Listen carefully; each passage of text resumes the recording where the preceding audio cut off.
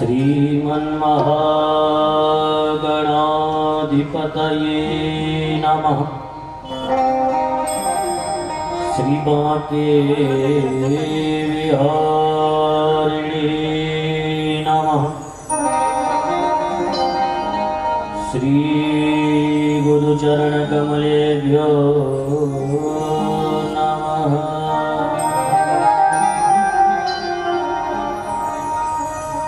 कलात्तमाया लवकात्तमूर्तिः कल्पवरदवेणुनिनादरम्यः श्रितोरदीव्या कोदरं स्त्रिलोकी श्रियेस्तु गोपी जनवल्लभो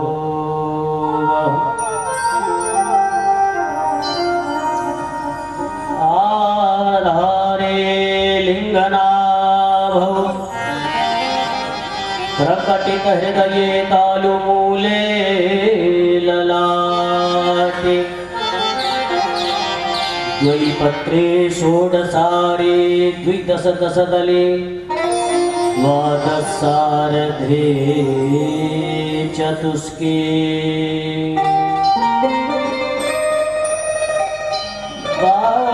बालान्ते बालमध्ये डभकटसहिते कण्ठदेशे स्वराणां क्षं तत्त्वार्थयुक्तं सकलदलगतं वर्णरूपं नमामि।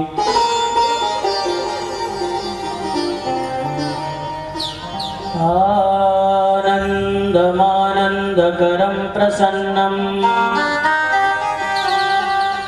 ज्ञानस्वरूपं निजभावयुक्तम्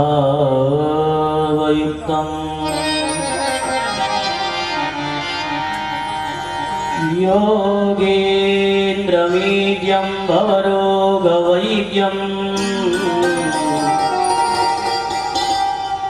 श्रीमद्गुरुं नित्यमहं स्मरामि। या देवी सर्वभूतेषु शक्तिरूपेण संस्थिता नमस्तस्यै नमस्तस्यै नमस्तस्यै नमो नमः।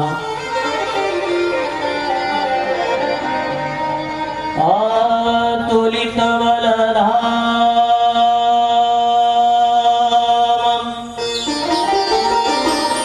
हैमशैलावदेहं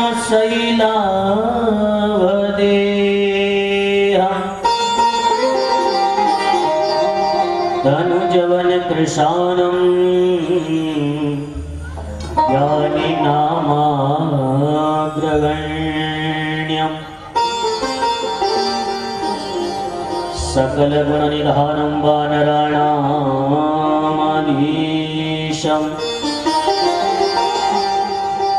रघुपतिप्रियभक्तं वातजातं नमामि।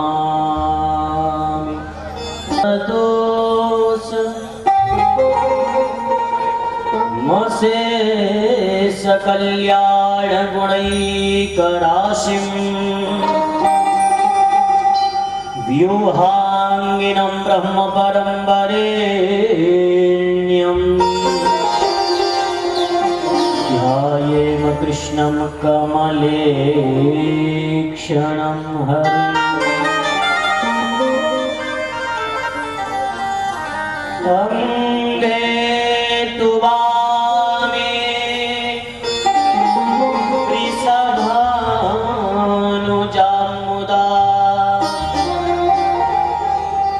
विराजमानम् अनुरूप सौभगा सखी सहस्रै परिसेवितां सदा स्मरेम देवीं सकलेष्टकामदा।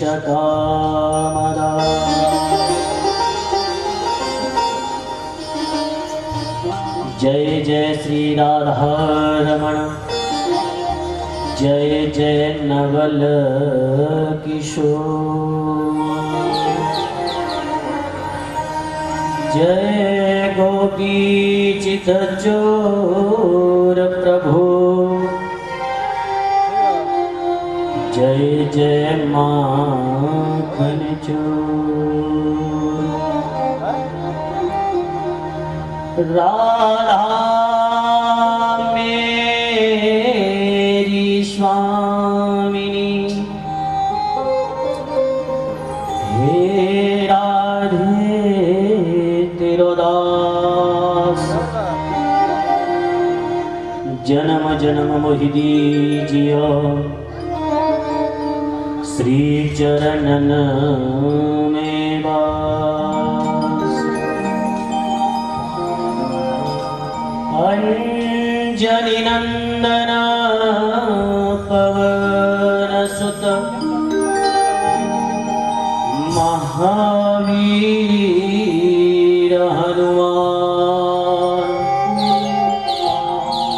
श्री पावन यह शिव कथा श्रवण करो प्रभुआन, श्रवण करो प्रभुआन, श्रवण करो प्रभुआन। बोलिए श्री हनुमान जी महाराज की जय।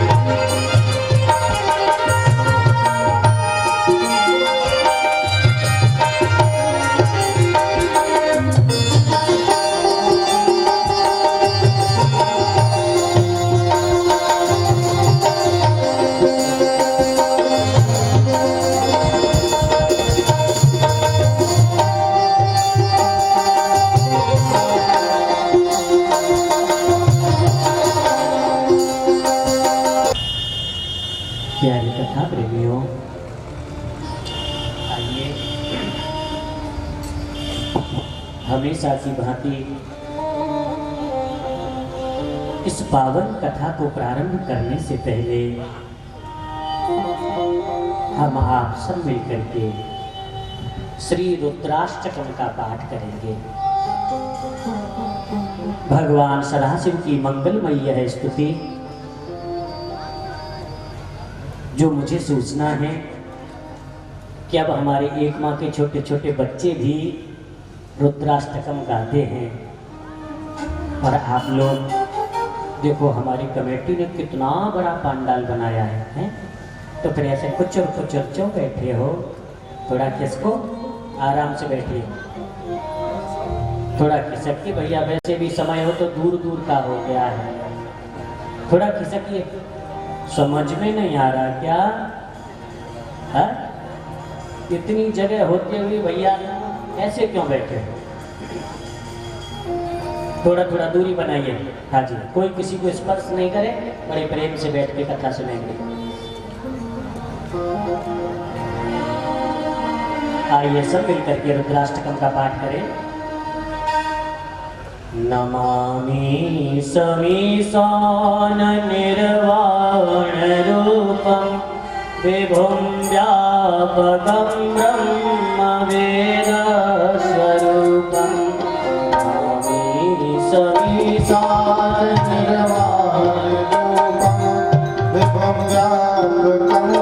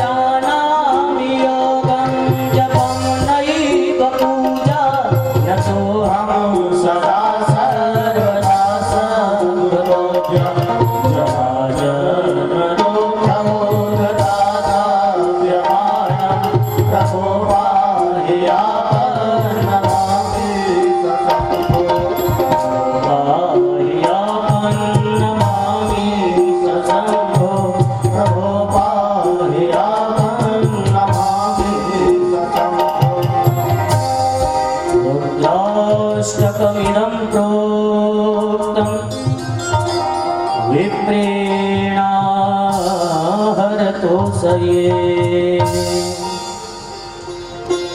ये पठन्ति नरा भक्त्या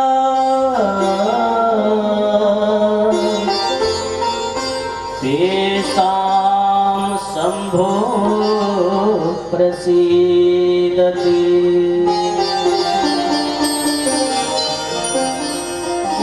शंकर भगवान की।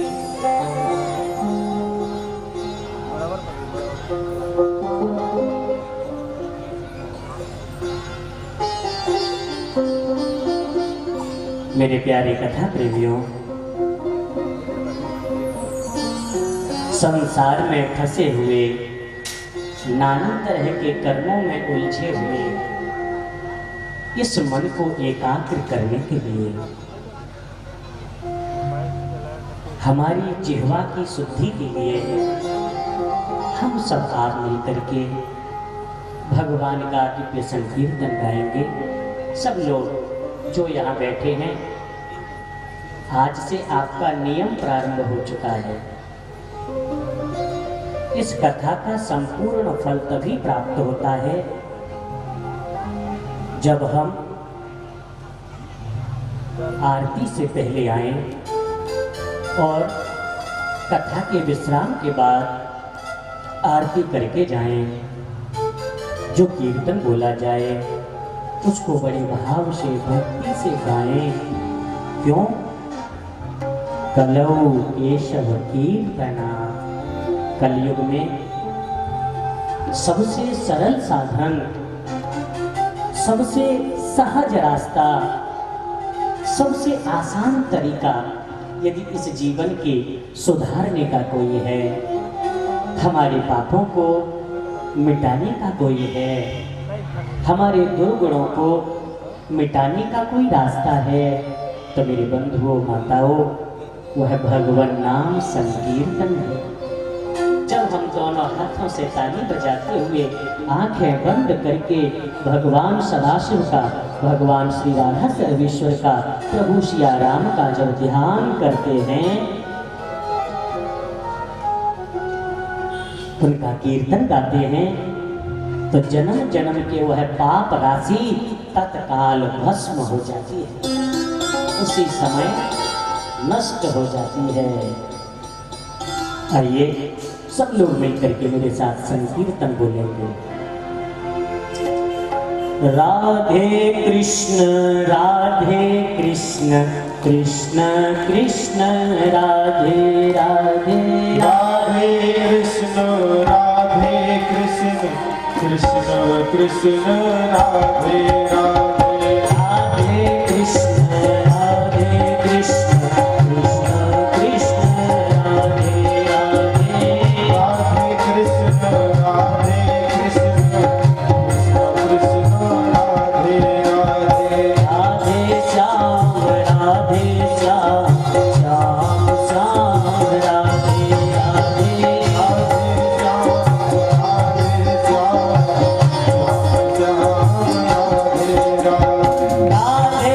कृष्ण कृष्ण कृष्ण राधे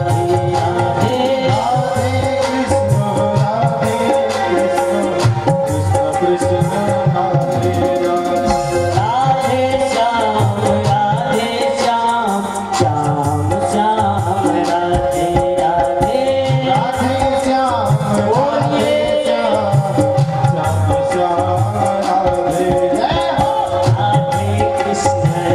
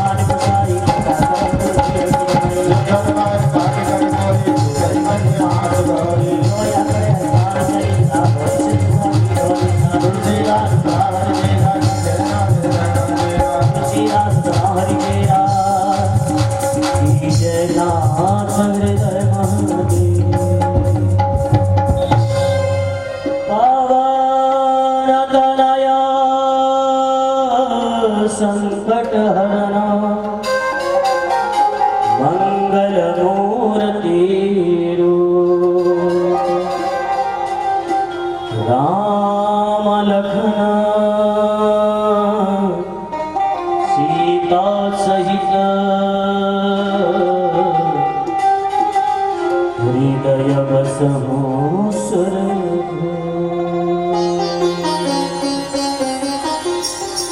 बोलिए वृंदावन बिहारी लाल की जय करुणामयी सरकार की जय श्री राधा सर्वेश्वर भगवान की जय श्री सद्गुरुदेव भगवान की जय श्री हनुमंत लाल की जय उमापति महादेव की जय श्री राम जानकी मंदिर की जय जय जय श्री राम।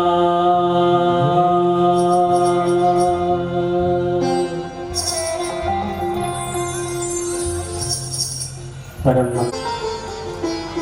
कथा पंडाल में आए हुए सभी कथा प्रेमी श्रोताओं को सादर जय सिया राम। सभी नगर वासियों को भी जो अपने अपने घर में बैठे हैं, आपको मैं जय सिया राम कर रहा हूँ। अपने घरों से निकलिए और आइए, भगवान शाम सदाशिव का दिव्य दरबार लग चुका है। पधारिए, आपका स्वागत है।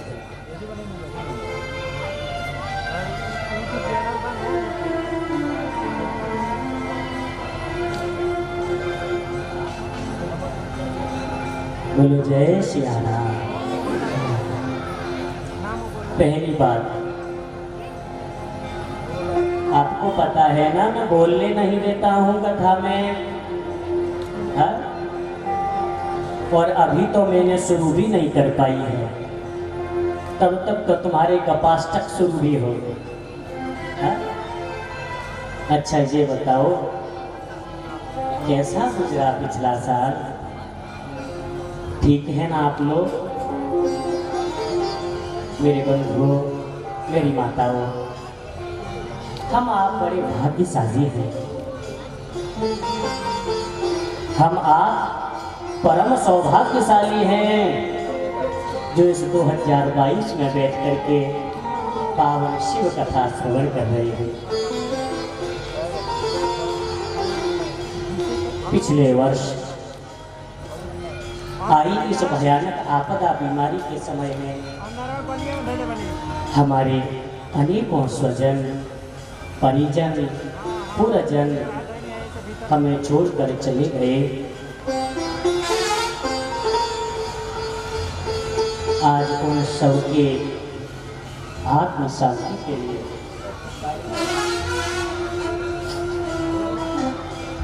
एक मिनट सभी लोग शांत होकर के प्रभु से प्रार्थना करेंगे।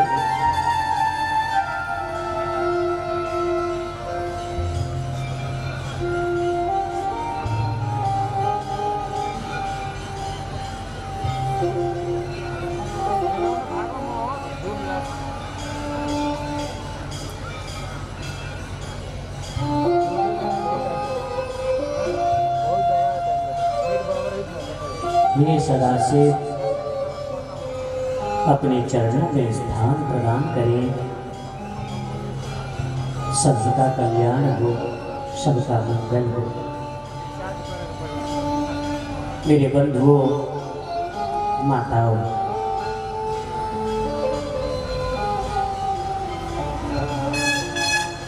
यह मानव जन्म, यह शरीर, बड़े ध्यान से समझिए, बोले जय सिया राम। मैंने इसीलिए तो तुमको दूर दूर करवाया था, कान के नहीं लगोगे एक दूसरे के पे। एक एक कितनी इंच सड़कें हैं, जैसे मुश्किल से कितने पैसा लग जाएंगे सबन पे। हा?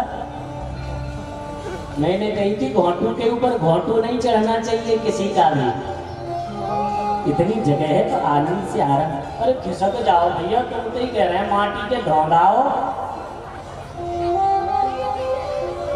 अच्छे से बैठो बिल्कुल। हाँ जी,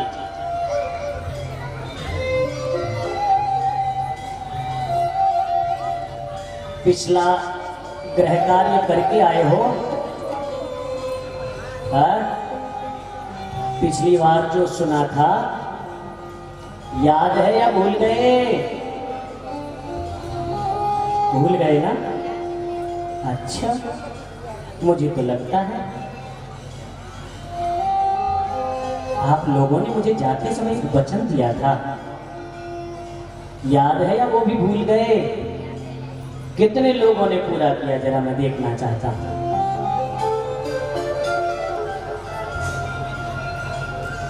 मैंने आप लोगों से केवल एक ही चीज मांगी थी कि आप 5 वृक्ष लगा लेना। सब भूल गए, वचन दे के भूल गए, संकल्प करके भी तुम भूल गए, भगवान के सामने बैठकर बोले और फिर भी तुम्हें याद नहीं रही। हा? तो भाई पिछला कार्य तो अभी तुम्हारा पूरा है नहीं। ये तो बड़ी मेरे लिए दुख की बात हो जाएगी। इतने लोगों में से किसी ने भी हाथ नहीं उठाया।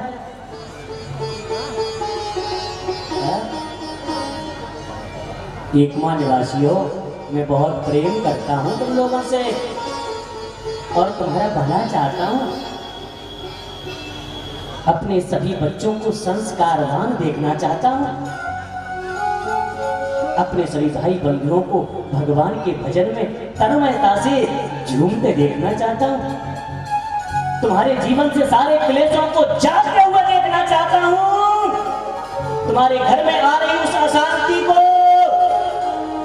समाप्त होते हुए देखना चाहता हूं।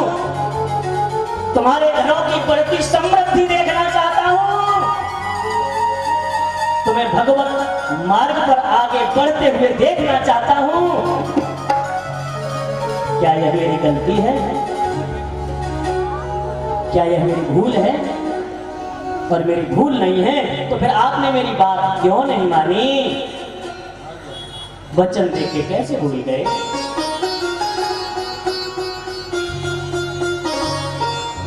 मेरे बंधुओं, मेरी माताओं, हम आपको किसी को भी नहीं पता है कि हम इस धरती पर कब तक हैं। किसी को नहीं पता। नारायण नारायण शिव नारायण। अनीश राज नाम का बच्चा गुम हो गया था। वह एकमा पुलिस थाने में सुरक्षित है। कृपया जो अभिभावक हैं वह एकमा पुलिस थाना में जाएं और उसे प्राप्त करें। धन्यवाद। बोलो जय श्री राम।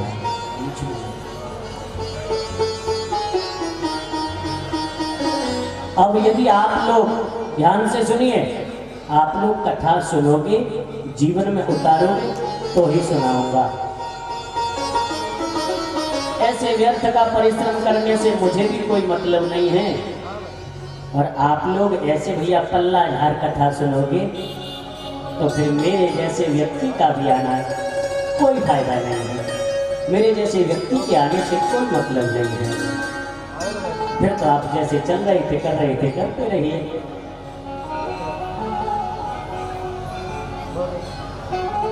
पल्ला झाड़ कथा सुनते हो क्या? और क्या? फिर तो झूठी मुंडी हिलाते हो। जब हम बैठते हैं ना, जैसे अपना पल्लू फैला लेते, कथा सारी पल्लू में इकट्ठे कर लेते, और जब खड़े होके चले तो झरा दी, लो महाराज तुम्हारी तुम्हें दी जा रहा है, हमको नहीं चाहिए।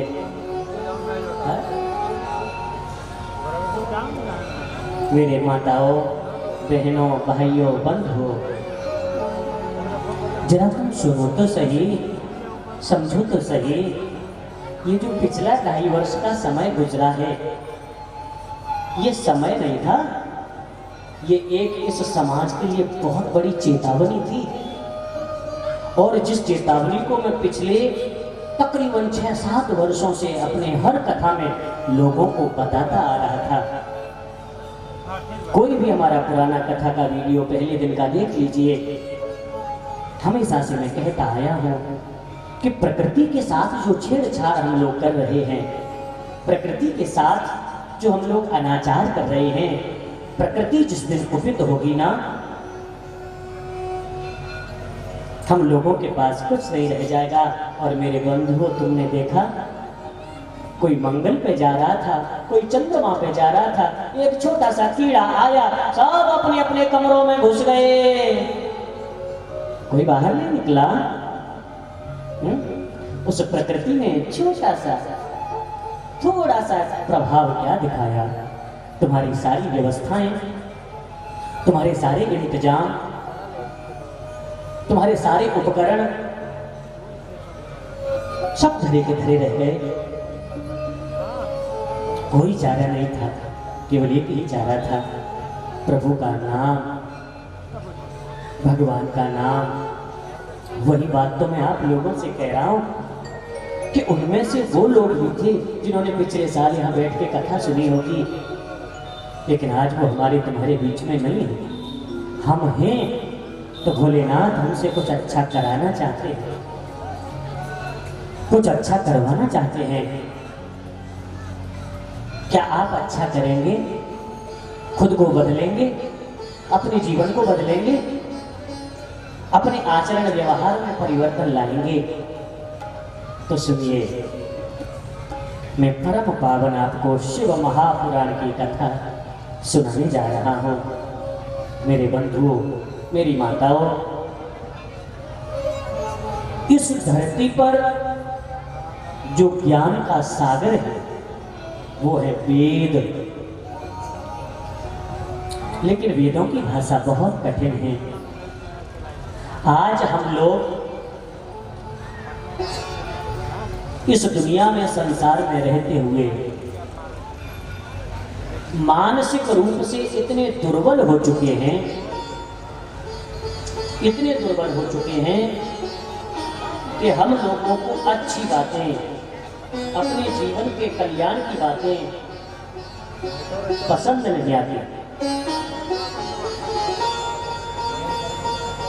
अभी कोई दारू की बोतल लेके बैठ जाए तो चार आदमी सूंघते सूंघते आ जाएंगे। जुआ खेलने बैठ जाए तो लोग वहां पर भी आ जाएंगे। लेकिन भगवान की कथा की जब बात आती है ना, तो लोगों को पता नहीं क्या हो जाता है, इसके पीछे क्या कारण है। तुलसी पूर्व पापते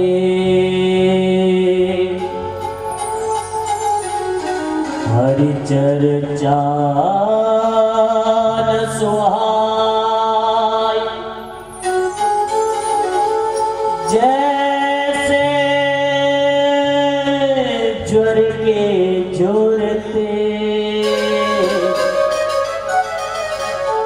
भोजन की रुचि जाए। समझो, जब हमारे पाप हावी हो जाते हैं, जब हम भगवान की कथा सुनते हैं, जब हम भगवान का भजन करते हैं, तब हमारा मन क्यों भटकने लगता है, क्यों चलायमान हो जाता है? हमारे पापों के कारण, हमारे पूर्व कृत जो अशुभ कर्म है वो उस समय आकर खड़े हो जाते हैं। देखो भाई, जो जैसा होता है वो वैसा ही दूसरों को बनाना चाहता है। तुम यदि किसी अवगुण में पड़े हो, किसी दुर्गुण में पड़े हो, तो तुम हमेशा अपना संगी, अपना साथी वो है दुर्गुण वाला ही व्यक्ति ढूंढोगे, वैसा ही ढूंढोगे। लेकिन जिनकी लगन हरि से लग जाती है, जिनकी प्रीति प्रभु से हो जाती है, ऐसे लोगों को भगवान की कथा और भगवान का भजन सबसे प्यारा लगता है। और जो चीज हमें अच्छी लगती है उसमें हमारा मन कहीं नहीं जाता। ये बात समझ लो। ध्यान से मन की जो परतें हैं ना, इनको खोल रहा हूं। तुम कैसे अपनी जगह पर पहुंचोगे, कैसे समझोगे? बंधुओं, जब हम भगवान का भजन करना प्रारंभ करेंगे तो प्रारंभिक समय में कथा सुनने के लिए जब हम आएंगे तो अनायास ही ऐसे ऐसे काम लगने लग जाएंगे जिनकी हमने सोचे भी नहीं थे। कथा में बैठेंगे और मणिराम जी चले जाएंगे, हमारा मन कहीं दूसरी जगह चला जाएगा। व्यासपीठ से आने वाली वो है अमृतमयी कथा हमारे कानों से लौट जाएगी। इसलिए सबसे पहली बात कहते हैं कि सावधानतया शृणु, सावधान होकर सुनो। क्या? श्री वेदव्यास जी महाराज ने जब हम संसारी लोगों को, भैया मेरे जो भाई बैठे हैं ना सामने, मैं भैया तुमसे बड़ी आशा करता हूं। हाँ जी, सुनाई दे रहा है ना? ये जो ग्रुप बैठा है ना, ग्रुप, हाँ थोड़ा मेरी तरफ देखो भैया, मैं तुम्हारे लिए ही तो आया हूं, इसलिए थोड़ा थोड़ा दूर दूर होके, हाँ थोड़ा खिसक खिसक के बैठिए और जरा सुनिए। जिन लोगों का ध्यान एकाग्र नहीं होता है, पढ़ाई में भी मन नहीं लगता है, पढ़ते हैं तो याद भी नहीं होता है। क्यों? क्योंकि मन चंचल रहता है। उस मन को कैसे संभालना है मेरे भाइयों, मैं तुम्हें वही तो बता रहा हूं, तो जरा सुनो और समझो। कथा प्रेमियों, श्री वेदव्यास जी महाराज क्या देखते हैं? 84 लाख योनियों में भटकने के बाद अंडज, उद्भिज, स्वेदज, जरायुज, जितनी सृष्टि है, कुत्ता, गधा, सुअर, पक्षी, चिड़िया, न जाने क्या क्या बने, और ये सब बनने के बाद हजारों लाखों सालों के बाद परमात्मा ने तुम्हें मानव बनाया, तुम्हें इंसान बनाया। किस लिए इंसान बनाया? कि ताकि हम अब यहां से ऊपर की यात्रा कर सके। देखो, मनुष्य योनि अत्यंत पावन है, अत्यंत श्रेष्ठ है, लेकिन जो कर्म फल देवताओं को भी नहीं मिलता है, वो हम पृथ्वीवासियों को मिल जाता है। कैसे? स्वर्गे सत्ये च कैलासे, स्वर्ग लोक में, सत्य लोक में और कैलाश पे भी शायद हमें सदा भगवान की कथा नहीं मिल सकती।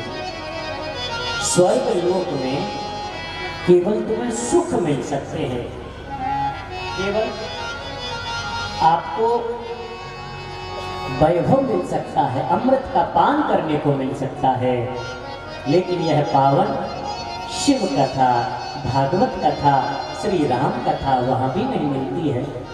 इसलिए वो देवता भी या हमारे तुम्हारे बीच में साधारण भेष बनाकर आते हैं और बैठकर इस दिव्य कथा का पान करते हैं।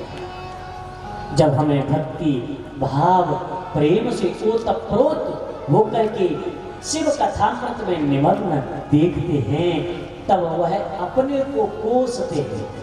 वह देवता कहते हैं कि अहो अमीशाम किम कारी शोभनम। हे पृथ्वीवासियों, हे मनुष्यों, तुम निश्चित ही बड़े भाग्यशाली हो। तुम्हारे भाग्य की हम वंदना करते हैं, तुम्हारे इस कर्म की हम वंदना करते हैं कि जो तुम्हें इस पृथ्वी लोक में भारतवर्ष में जन्म दिया। हम इंसान बने, ये भी कोई बड़ी बात नहीं है। यदि किसी दूसरे देश में पैदा हो जाते, किसी विधर्मी देश में पैदा हो जाते, तो हम केवल धर्म के नाम पर मार काट ही करते रहते, हम कुछ नहीं कर पाते, हम इन चीजों को समझ भी नहीं पाते। लेकिन देखो हमारा भाग्य इंसान बने तो कहां, भारत भूमि में।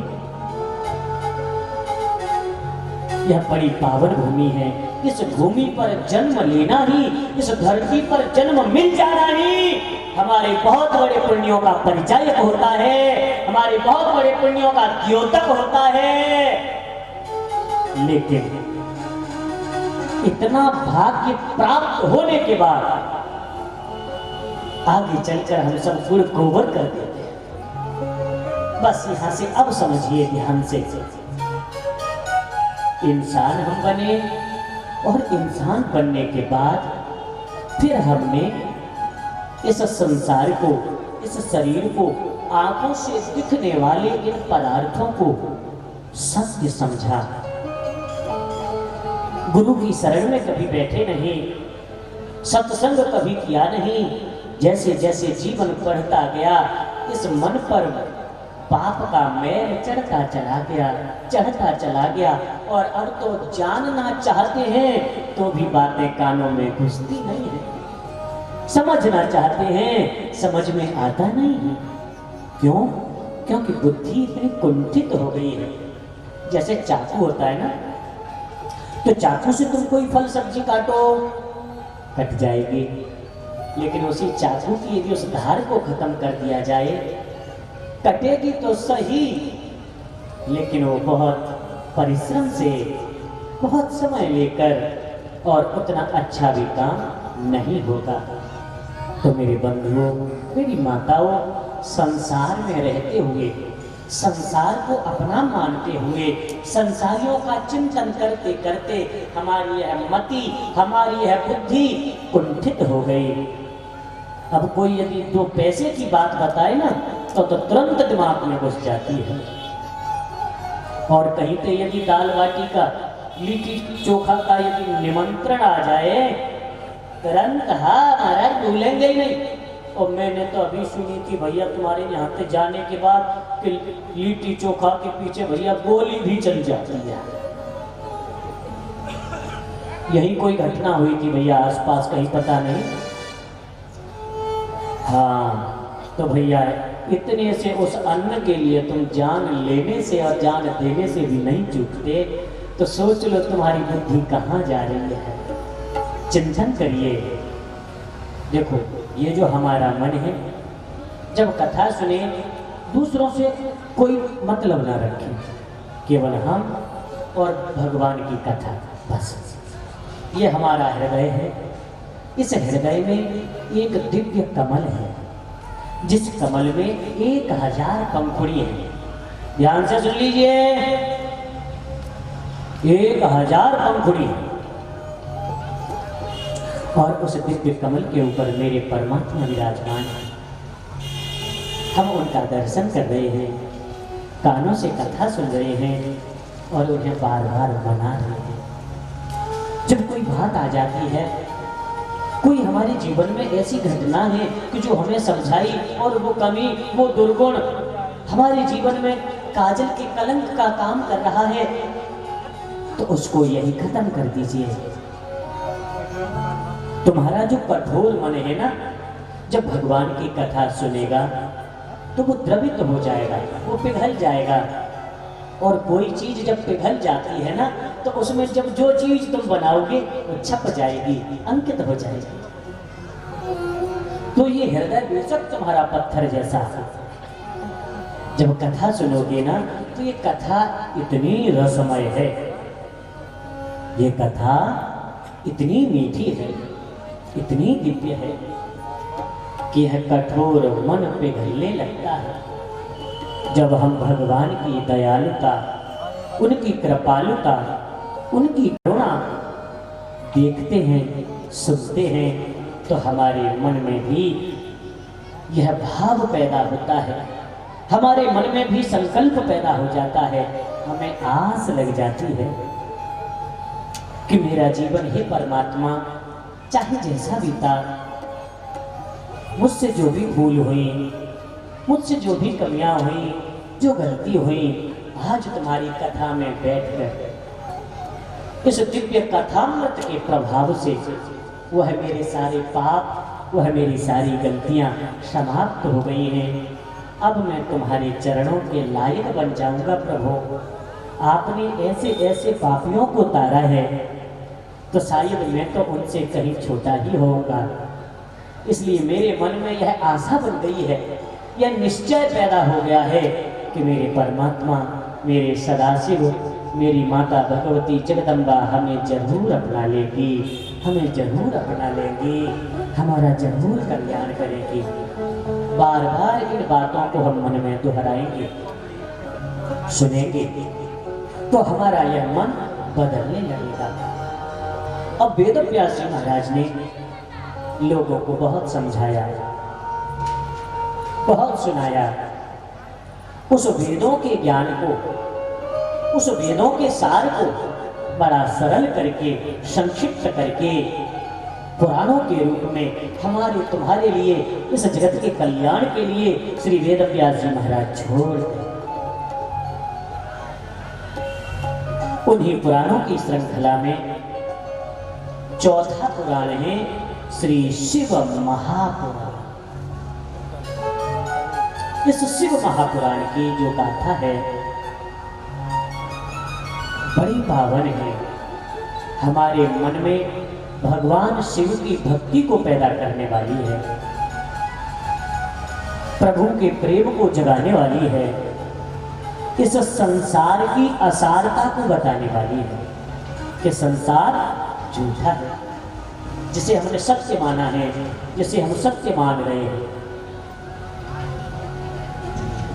कथा प्रेमी सज्जनों, लेकिन यह शिव महापुराण की कथा, इसका प्रभाव, इसके सुनने की विधि, पारायण की विधि, ये सब हमें कैसे पता चले? तो इसके लिए यह नियम बनाया है कि कथा से पहले कथा का महात्म्य सुनिए, कथा की महिमा सुनिए। तो जब आप महिमा सुनेंगे तो तुम्हारी प्रीति हो जाएगी, तुम्हारा प्रेम हो जाएगा।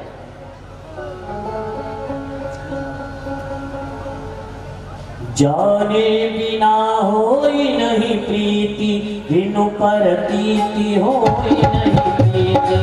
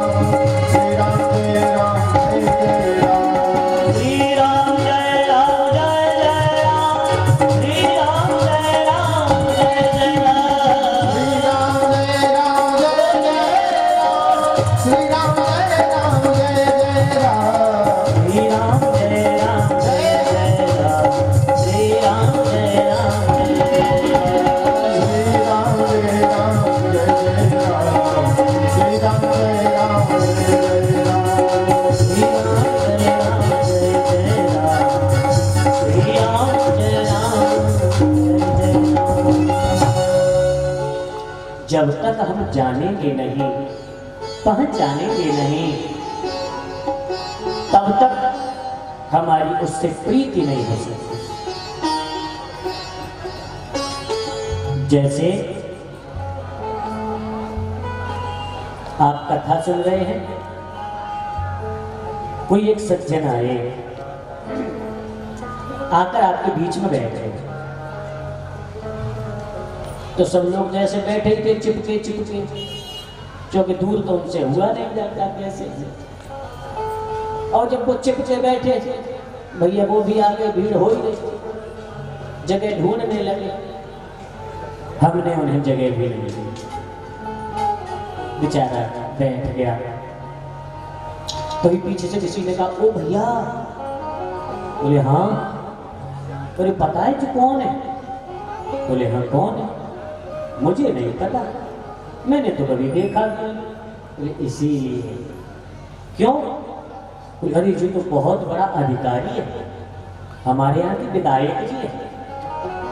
अरे तो जैसे ही तुम्हें पता चला कि मेरे बगल में बैठा व्यक्ति हाँ साधारण नहीं है, असाधारण है, तो तुरंत खिसक जाओगे पीछे। हाँ, पता चलती। और फिर भैया हाँ पानी लाओ, चाय लाओ, क्यों करने लगे? क्योंकि तुमने उसको जाना, उसके बारे में तुम्हें पता चला। तो इसी प्रकार मेरी कथा प्रेमियों, जब हम श्री शिव कथा सुनेंगे और इस कथा को सुनकर जब परमात्मा की कृपा, उनकी दयालुता, उनकी करुणा, उनकी भक्त वत्सलता जानेंगे तो हमारी प्रीति हो जाएगी। और जिससे प्रीति हो जाती है, जिससे प्रेम हो जाता है, उसे हम कभी भूलते नहीं हैं, कभी नहीं भूलते। भगवान को हम अपना कहते हैं, मानते नहीं हैं, कहते हैं केवल। मानते किसको हैं? इस दुनिया को, संसार को, लोगों को। कभी कोई माता अपने पति का नाम लेके भजन करती है, माला लेके रामेश्वर रामेश्वर करती है का? कोई भाई बंधु अपनी पत्नी का भजन करते हैं क्या? बच्चे का नाम लेके जपते हो क्या? कभी नहीं। दुनिया में कहीं भी चले जाओ, किसी भी कोने में चले जाओ, किसी भी परिस्थिति में रहो, लेकिन क्या उन्हें भूल जाओगे? क्या तुम उन्हें याद नहीं करोगे? क्या तुम उनकी परवाह नहीं करोगे? क्या तुम्हें उनकी चिंता नहीं होगी? क्यों? क्योंकि तुम उन्हें अपना मानते हो। और जहां मानने लग जाओगे रिश्ते को, तो फिर कहने की जरूरत नहीं है। फिर तो हाथ अपने आप उठ जाएंगे, पैर दौड़ पड़ेंगे, भैया कथा हो रही है चल दो। सतम विहाय भोक्तव्यम सहस्रम स्नानमाचरे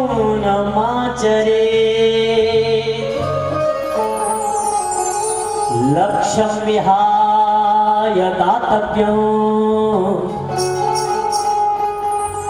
कोटिं त्यक्त्वा हरिं भजे।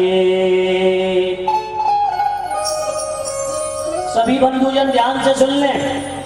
तुम्हें चाहे 100 काम हो, उन 100 कामों को छोड़ के भी स्नान कीजिए, ताकि तुम्हारा शरीर निरोगी रहे। शतम विहाय भोक्तव्यम सहस्रम स्नानमाचरेत्। 100 काम छोड़ के भोजन पाइए, क्योंकि शरीर चलेगा तभी तो तुम कुछ काम कर पाओगे। सहस्रम स्नानमाचरेत्। 1000 काम भी जरूरी पड़े हो तो उन्हें भी छोड़ के पहले स्नान कर लो। लक्ष्यम विहाय दातव्यम। लाख काम हो और यदि कहीं किसी के सहयोग की आवश्यकता आन पड़ती है, हमारे किसी कुछ धन से यदि किसी का सहयोग हो रहा है, कोई अच्छा काम हो रहा है, तो ये तुम्हारे घाटे का सौदा नहीं है, ये तो बहुत बड़े लाभ का सौदा है। क्योंकि तुमने जो 10 पैसे दिए हैं ना, वो 1000 गुने होके तुम्हें मिलने वाले हैं। भावना शुद्ध होनी चाहिए, पात्र सही होना चाहिए। तुमने तो दे दिया, वो ठेके पर पहुंच गया, सीताराम 50-50 के दोनों पार्टनर हो गए। हाँ जी, तुमने दान किया और उसने उससे गलत काम किया तो समझ लो उसके भागीदार आप भी हो गए। पहले जानिए, परखिए और सत्पात्र की आप मदद कीजिए। कोटि त्यक्त्वा, करोड़ों काम छोड़कर, करोड़ों जिम्मेदारियों को छोड़कर आइए और प्रेम से भगवान की कथा सुनिए। अपना नित्य का साधन कीजिए, अपना नित्य का भजन कीजिए, क्योंकि पता नहीं है जो सांस अभी हम ले रहे हैं वो फिर दोबारा लेंगे या नहीं, किसी को भी पता नहीं होता भैया, किसी को भी पता नहीं होता है। मेरे बंधुओं, मेरी माताओं, आइए सब लोग भगवान सदाशिव को प्रणाम करें, श्री हनुमंत लाल जी के चरणों में प्रणाम करें। मेरे प्रभु राधा सर्वेश्वर को अनंत कोटि कोटि प्रणाम करते हुए भगवान से हम यही प्रार्थना करते हैं, प्रणाम करता हूँ और इस पावन कथा को प्रारंभ करने की अनुमति चाहता हूँ। हे प्रभु पधारिए, इस प्रशुद्ध वाणी में विराजमान होकर के मेरे समस्त श्रोताओं का कल्याण कीजिए। इनके हृदय में विराजमान होकर के भक्ति तत्व को जागृत कर दीजिए, इनके ज्ञान तत्व को जागृत कर दीजिए। हे प्रभु, इसी भावना से आपको प्रणाम कर रहा हूँ, आपका आवाहन कर रहा हूँ। पधारिए, पधारिए।